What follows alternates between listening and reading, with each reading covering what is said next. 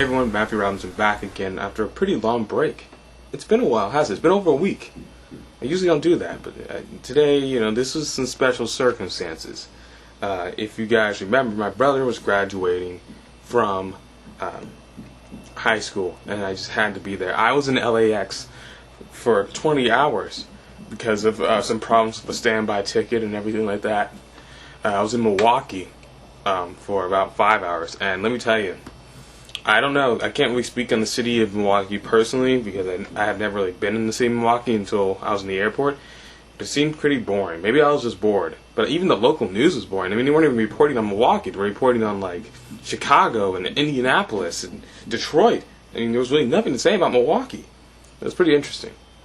Anyway, that's not what I'm here to talk to you about, of course. I'm here to review the movie Terminator Salvation. I saw this movie on my birthday, but it's been a little while before I was able to make a review because I had finals and all this other jazz, and I just wasn't feeling it. Anyway, my review of Terminator Salvation. I am a huge fan of the Terminator series. I loved the first one. The second one is amazing, one of the best action films of all time. Third one is a little mediocre, more on the downside, but it's still tolerable to watch, especially on like free TV when they show it like on FX or AMC. I can handle that.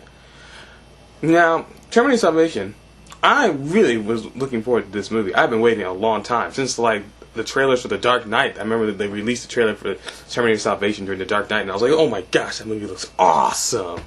And went to go see the movie, and I gotta say this, was not impressed. Was not impressed. Now, as I said, I love the Terminator series. I even love the Terminator TV show. Too bad it's canceled now, but I love that TV show. Really disappointed. And I did not have high expectations for this film. The only thing I wanted to do was be entertained, And the first 10 minutes was really good. In particular, there's this scene in a helicopter. I'm not going to spoil too much, but there's a scene in a helicopter that takes place where I thought the cinematography was great. I just thought that scene was great. It disorients you. You feel like you're upside down. You're like tilting your head because you're like, oh my gosh, what's going on here? Honestly, let me just be straight up, and I love Christian Bale. But if this is Christian Bale's first big film, he would have a hard time getting work in Hollywood after this movie. Like, if he had not done, like, movies like The Machinist, American Psycho, and, of course, the Batman series, and this was, like, the first big break he got, I would, like, if I was a director and I heard, like, hey, yeah, we're getting Christian Bale, I'd be like, can you find somebody else? Because, honestly, that was... He gets possibly the worst... He easily gives the worst performance of his career. But, to be fair, the script was not giving him a lot to work with. Now, at the core of the script, there is a great story. And actually, it feels like great story, poor execution. The dialogue was bad, poor Common. I love Common's music. And he was good in Street Kings. But here, he was awful. Just awful in his acting. Bryce Dallas Howard does a mediocre job. Nothing really much to call home about. Anton Yelchin kind of goes above the standard of this movie as far as acting. The only actor worthy speaking of is Sam Worthington, who made the movie interesting. This is a big problem in a Terminator movie. I was more concerned about Sam Worthington's character than I was John Connor, and that's a big deal because the movies, everything was like about John Connor and Sarah Connor, and that was intense. Like, if anything happens to John Connor, you got scared. Like, you got scratched. You're like, oh my gosh, he can't die. Who will save the Resistance? Who will lead the Resistance? And then we got, Thomas Dekker when he played John Connor on the TV show. Here, I was not even worried if, like, John Connor died. Not because, like, there wasn't suspense or tension. I just, like, didn't care. I, like, literally did not care. Like, it was not that suspenseful. Only the last 20 minutes of the movie were suspenseful. Sam Worthington carried this movie. He was really the only interesting character. He was the only character I cared about. He had the only interesting backstory of everybody. It just was really, really sloppy. Now, look... McG, I thought a lot of people were being too hard on him when he was first casted for this film. People were like, oh, McGee's gonna suck. He's not gonna do a good job. And I was like, give him a chance. I was looking at the trailers like, this movie looks pretty good. And I've got to say, McG did not pull through in this. You might want to go back to directing movies like We Are Marshall, McG, because this was awful, and I hope they get a new director.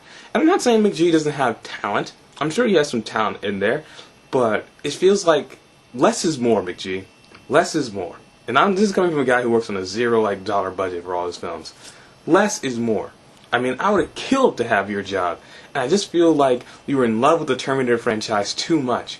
Like you weren't able to detach yourself from it, and you just like threw in a lot of stuff into the movie, and it just came out pretty bad. There's some good moments in the scene. I don't want to make this sound like this movie is just a complete waste of time.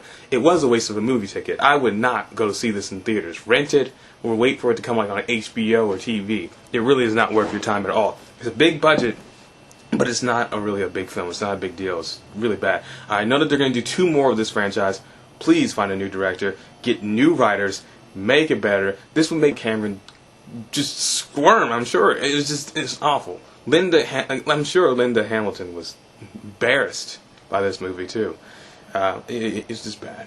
So I'm going to give this out of a total, probably the lowest grade I've ever given a movie on the Dreadhead Chronicles. I'm going to give this movie a 62. And the only reason it gets a 62, the only reason it passes, is because of Sam Worthington, who was good in this movie. And he actually makes me want to see Avatar, which he stars in, because he's a good actor. And he can work with anything, even terrible scripts.